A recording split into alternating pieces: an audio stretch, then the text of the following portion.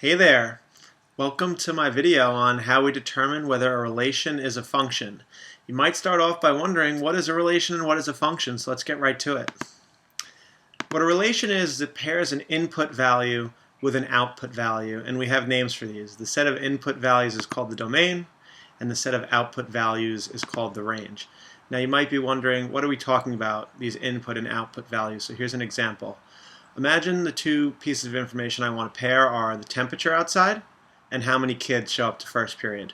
So the temperature could be 75 degrees outside, and maybe I have 30 kids come into attendance for first period. The next day the temperature could also be 75 degrees, but only 32 kids show up. The following day it could have a temperature of 80 degrees, 28 kids show up, and maybe the last day it's 90 degrees outside and 27 kids show up. What you're seeing here is I paired an input value, or the temperature, with an output value, how many students showed up to first period. This is a relation. The temperatures are called the domain values, and the number of students that show up to first period are the range values.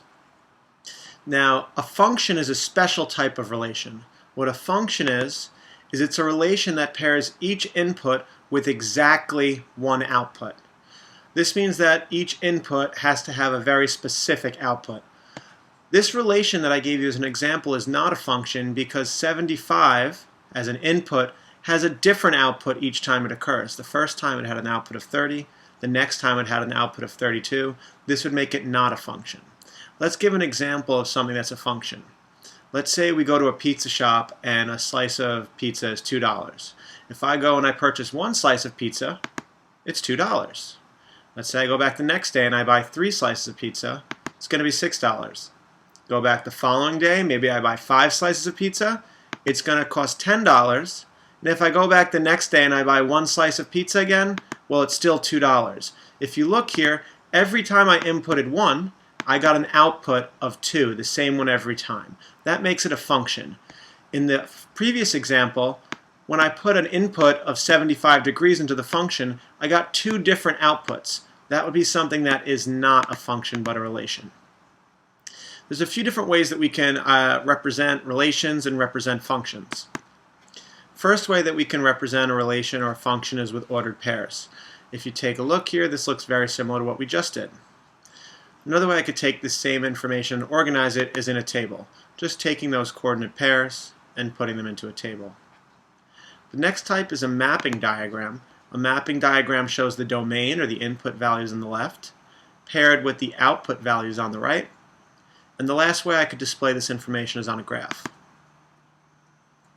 All 4 of these representations are of the same information, and if I look at this I could decide, is this a relation or a function? If you said that this was a relation, you're correct. It's not a function. The first time I inputted -2, I got back 2. But the second time I inputted -2, I got back -2. This would make it not a function, but just a relation. Let's try a couple more of these. In these examples, what I want to do is tell whether the set of ordered pairs is a function or not, and we'll explain our reasoning. If I look at the first one, I want to decide, is this a function? Well, what I'm looking for is the input values and what they pair with. If I plug in 10, I get 9, and if I plug in 10 again, I also need to get back 9, but that doesn't happen. Here I plugged in 11, I got back 9, that's fine. 12, got back 5, 13, 7, 14, and 22. This is a function. The relation is a function because no input value repeats with a different output value. Take a look in comparison to number 2. In number 2, I look when I plugged in 8 the first time, I got 16. But the next time I plugged in 8, I got 15. For this reason, this one is not a function. Let's look at example number 3. Here when I plugged in -2, I got 5. And when I plugged in -2 again, I got 5. -1 and 0 don't repeat as input values, so there's not a chance for them to repeat with different output values. So for this reason, this one is a function. And the last example, example number 4, I'm trying to figure out if this is a function. Well, if we look, when I plug in B, I got back B, but I never plugged in B again. When I plugged in C, I got back Q, and looking ahead when I plugged in C, I got back A.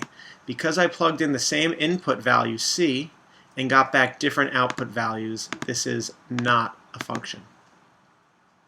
Let's see if you can try one on your own now. In this multiple choice question, I want you to tell me which relation here is a function. Let's see how you did. The first relation is not a function. When I plugged in 3, I got 0 the first time, and when I plugged in 3, I got 2 the next time. This one is not a function. Number 2 is very similar. When I plug in -2, the first time I got 2, and then when I plugged in -2, I got 4. This one is not a function.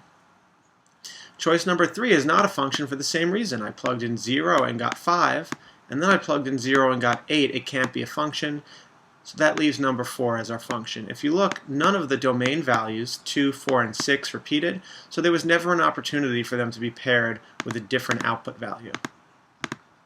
Let's try one more of these. In this multiple choice question, you're given the following relation, except one of the pieces of the coordinates is filled with the letter k. And I want to know which value of k will result in this relation not being a function.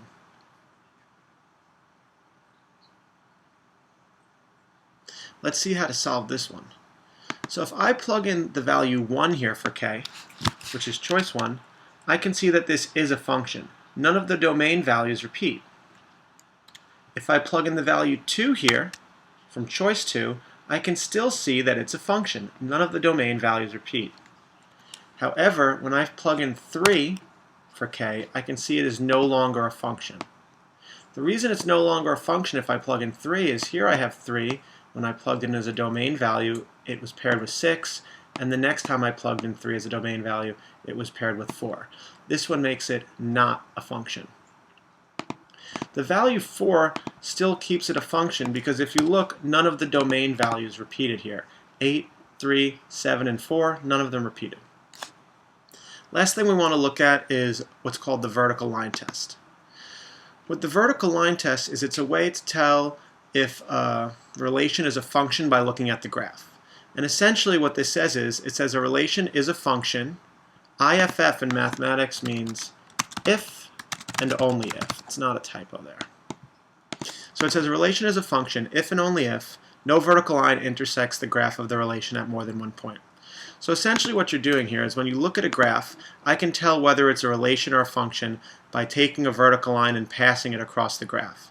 If the vertical line touches anywhere more than once, the relation is not a function. Let's look at this first example. If I take a vertical line and I pass it through this function here, I can see that it never crosses more than once. For this reason, this one here is a function. It passes the vertical line test. However, if I take that same vertical line and I run it across example 2, I can see here that it intersected at 2 points. It intersected here, and it intersected here. This means that example 2 is not a function. The reason it's not a function, if I think about it, I have 2 input values. Here it looks like I inputted x equals -1, and I got back the point -1.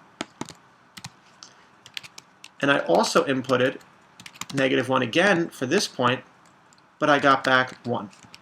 For this reason, the same domain value of -1 has 2 different output values of 1 and -1. It's not a function. If I look at the last example here, I have a bunch of points, and if I look and do the vertical line test, it never crosses any of these points twice, so the last example is a function. Let's look at a multiple choice question. This multiple choice question asks, which of these graphs does not represent a function?